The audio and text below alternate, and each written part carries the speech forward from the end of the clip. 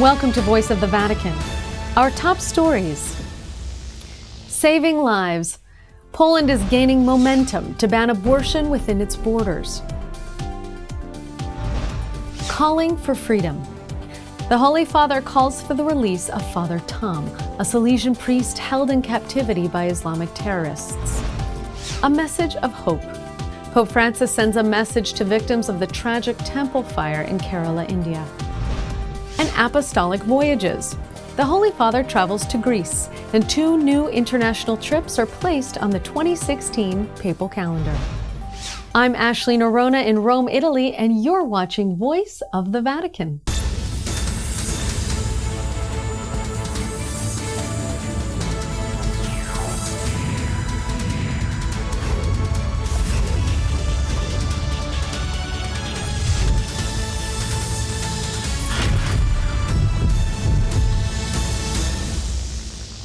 In Poland, momentum continues to pick up in the government's aim to pass a bill protecting the rights of unborn children by making abortion illegal in that country.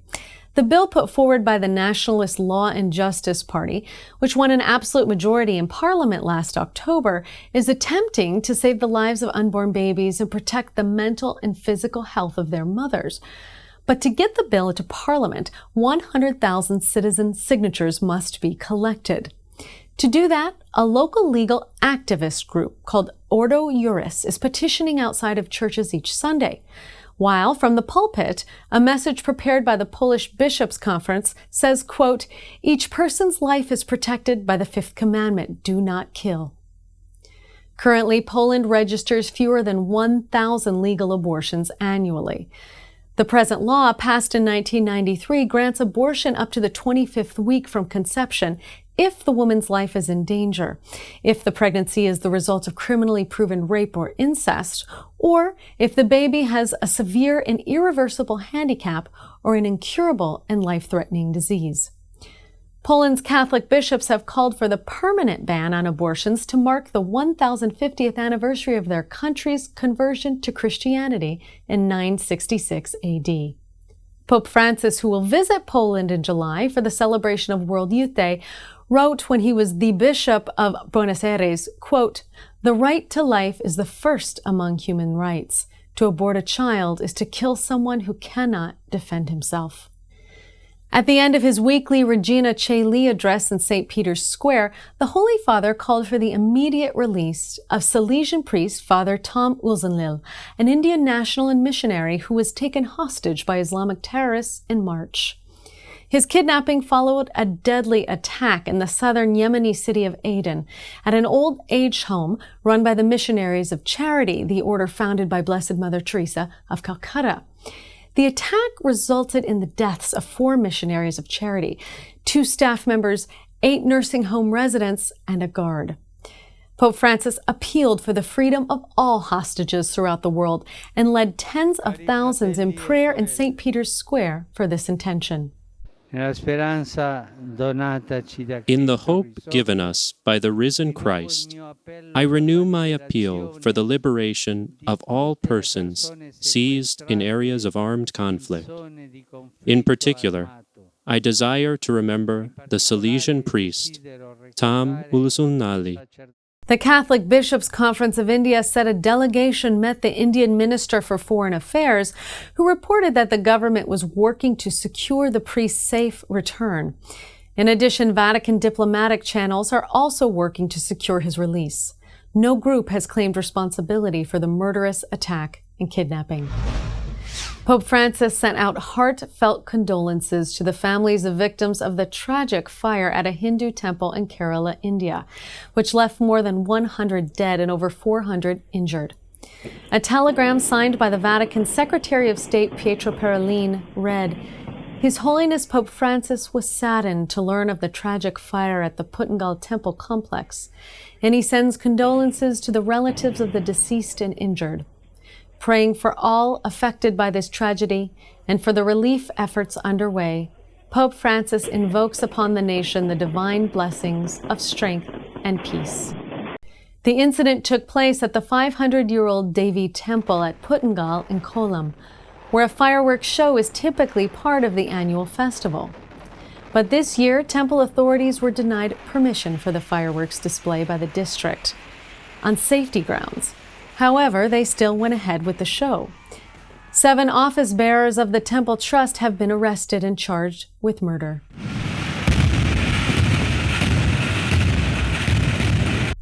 On April 16th, the Holy Father traveled to the Greek island of Lesbos in a one-day trip to bear a message of mercy. I will go with my brother, the Patriarch of Constantinople Bartholomew, and the Archbishop of Athens and all of Greece, Jerome, to express my closeness and solidarity to refugees and citizens of Lesbos and the entire Greek people who are so generous in their welcoming. This week, the Vatican announced 2 new trips for the Holy Father that will take place later this year. As anticipated, Pope Francis is set to visit Armenia from the 24th to the 26th of June upon the invitation of His Holiness Karakin II, the Supreme Patriarch and Catholicos of all Armenia, and of the civil authorities and the Catholic Church in Armenia. Pope Francis has also accepted an invitation from His Holiness and Beatitude Ilya II, Catholicos Patriarch of all Georgia, and from the civil and religious authorities of Georgia and Azerbaijan. He will visit these 2 former republics of the Soviet Union from the 30th of September to the 2nd of October, 2016.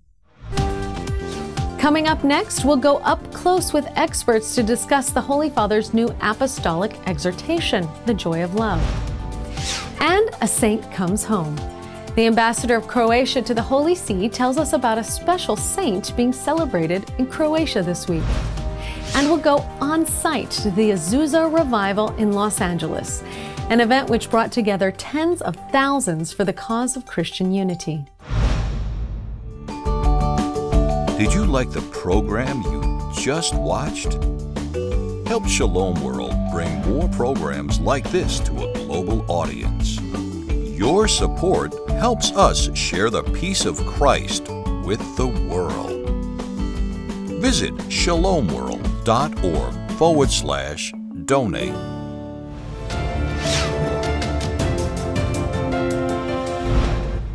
Last week, the Vatican released a long-awaited apostolic exhortation of the Holy Father called Amoris Laetitia, which means the joy of love. The document was more than 200 pages and brought together the thoughts of the fathers of the synods of the family of 2014 and 15, focusing on the need for pastoral care for all. Since it was directed to both clergy and the laity, Voice of the Vatican went up close with 2 experts, one a member of the clergy and the other a lay professor, to better understand this new document. For a pastoral perspective, we sat down with Father Jeff Kirby, a moral theologian and author from the Diocese of Charleston, South Carolina. Here's what Father Kirby had to say about Amoris Laetitia. Father, so much of this document was directed toward the clergy with the idea of pastoral care. As a priest, would you tell us a bit about how you feel the joy of love will affect and touch your ministry? Yes, well, I think it does some very helpful things in terms of just pastoral work. First, what it does, it provides very clear guidelines or a vision for pastoral work that we might have had portions of in other documents within the magisterium, the teaching office of the church, but we've never really received anything this systematic in terms of pastoral outreach or discernment, or even the fact that it's encouraging members of the faithful to turn to their priest and pastor to ask for help. So I just find it a coalition in some respects of previous counsel, but then a real system on how that's supposed to be done. And it definitely is giving an emphasis on pastoral. And that's very important because a lot of people are hurting. A lot of people need guidance. A lot of people want to understand how the church can help them, or how the gospel of Jesus Christ can bring hope in their lives. And this new exhortation, this new document, it helps us with that in a very important way. And Father Kirby, what is an apostolic exhortation? Yes, that's good. First of all, it's a big name, isn't it? So first time, the adjective, the first part, apostolic, just means it comes from from the teaching office, from the apostles. So the Pope is exercising his authority that was given to Peter and the apostles. So it's an apostolic. It comes from the line of the apostles and so on. But exhortation in particular is actually one of the lowest forms of teaching. The highest is called an apostolic constitution because it involves the structure, the constitution of the church. But there's an encyclical. We've heard of different encyclicals. Laudato Si, the Holy Father's encyclical on the environment, was an example. But an exhortation is a little bit lower. It's an exhortation. It's a reminder, a direction, usually pertaining to something in the life of the church. Father, was there anything that you felt was missing in the document that you would have liked to have seen? Yes, well, I think it was over 200 pages, so so there was a lot there. But and I do say that joking, but also is no pope can put the entire teaching on anything in one document. I was like, gosh, I wish he would say a little bit more here or there and so on. But if we place within the whole tradition, we're okay. And one area in particular is the area I'm actually writing on, which is the conscience. How do we form a person's conscience so they can understand right or wrong? And the Holy Father dives into that and he says, we want to form consciences, not impose, not to replace them. And then he says, conscience is not simply, I take a moral principle and I apply it to a situation and so on. Now, both of those are correct, but both of those maybe need a little bit more explanation. And the rest of the magisterium provides that. We have other documents by the church that can help us develop that. And to the priest that it's directed to, those priests will know, okay, this is a part, I need to go back to Veritatis Splendor, which is another document, or I need to go back to Familiaris Consortio, which is another document, that the priest has to be kind of a doctor of truth and doctor of formation in terms of helping somebody. So that's one area I would point to, and it's kind of my area, so I'm a little biased. Now we'll hear from Dr. Stephan Kampowski, an author and professor of philosophical anthropology at the Pontifical John Paul II Institute for Studies on Marriage and Family in Rome, to find out what the joy of love means for the family in the life of the Church. I would say I'm very happy to see that the Pope really made efforts to include the theology of the body by John Paul II into this document. That was one of the criticisms that had been raised against the different synod documents, that they didn't really draw on the theology of the body. Final document mentions it, but it's a different thing than to draw from it. And in Pope Francis's document now, one can see that John Paul II is really present, and Pope Francis draws on him. He draws on the theology of the body, and together that includes the importance of sexual difference. The importance of sexual difference is reaffirmed, the importance of the unity between the spouses, and also the importance of fruitfulness. That's also an issue that could have been present more in the Synod, and Pope Francis decided to dwell on it more, the importance of the fruitfulness of marital love. He clearly reaffirms Humanae Vitae, and he also reaffirms Familiaris Consortio, particularly in the aspects that were most discussed, or that were maybe most discussed, that were most controversial, let's say, during the Synod.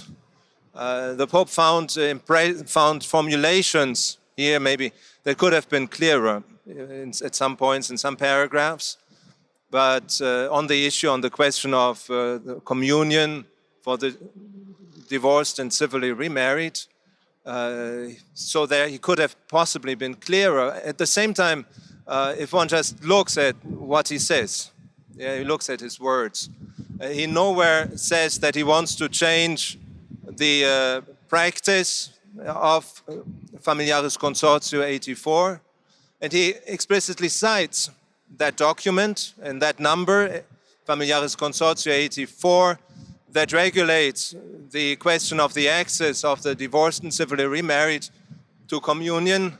He cites even the decisive phrase in this paragraph. John Paul II says, under certain conditions, when they are not able to correspond to the general obligation, to the obligation to separate, the divorced and civilly remarried can receive communion if they make the commitment to live together as brother and sister. I would like to share with your viewers a citation that is toward the beginning of the document, and that can be also seen as a key to the document, where Pope Francis says, "The family is not a problem, the family is an opportunity." The family is indeed an opportunity. And in the words of Pope St. John Paul II, it is, quote, "the fundamental community in which the whole network of social relations is grounded and has its origin in the same love with which the Creator embraces the created world." 1 year ago this week, the Holy Father proclaimed the papal bull Votus Misericordiae, calling for an extraordinary Jubilee year from December of 2015 to November of 2016, with a very timely theme. I have decided to convene a special Jubilee focused on God's mercy. It will be a holy year of mercy. And at the heart of the Jubilee is the sacrament of confession, which allows each of us the chance to be wrapped in a real experience of God's mercy. This week, a bearer of mercy and a beloved confessor was celebrated in a special way when the incorrupt remains of a 20th century Capuchin priest named St. Leopold Mandic returned to Zagreb, Croatia, with much celebration.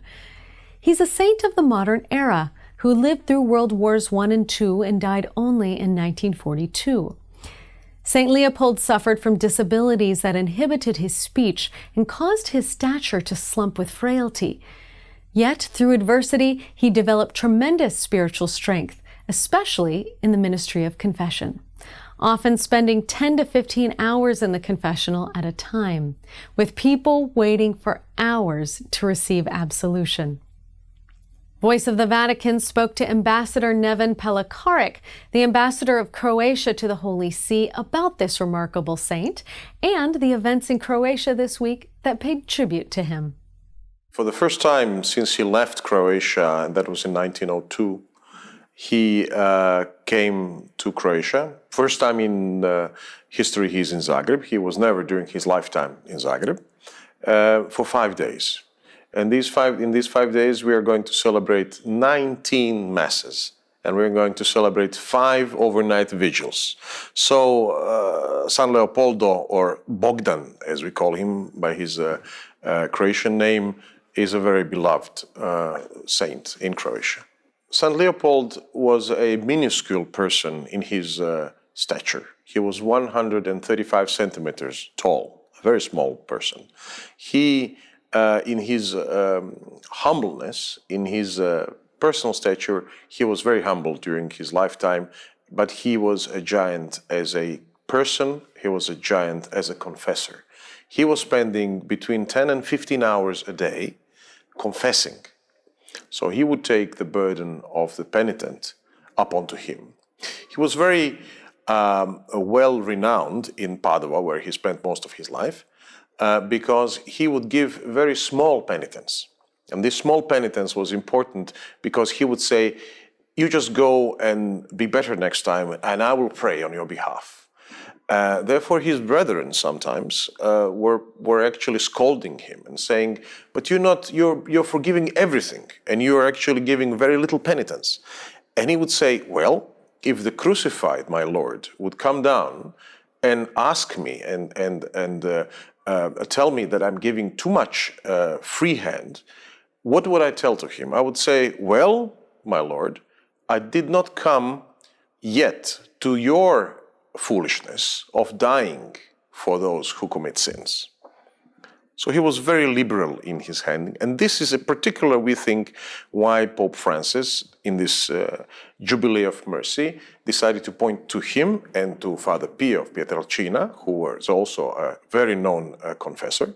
He was canonized in 1983. But the first who proposed the canonization was now the blessed Aloysius Stepinac, another person who is an archbishop, who was Archbishop of Zagreb, and he's now in final stages of his process of canonization.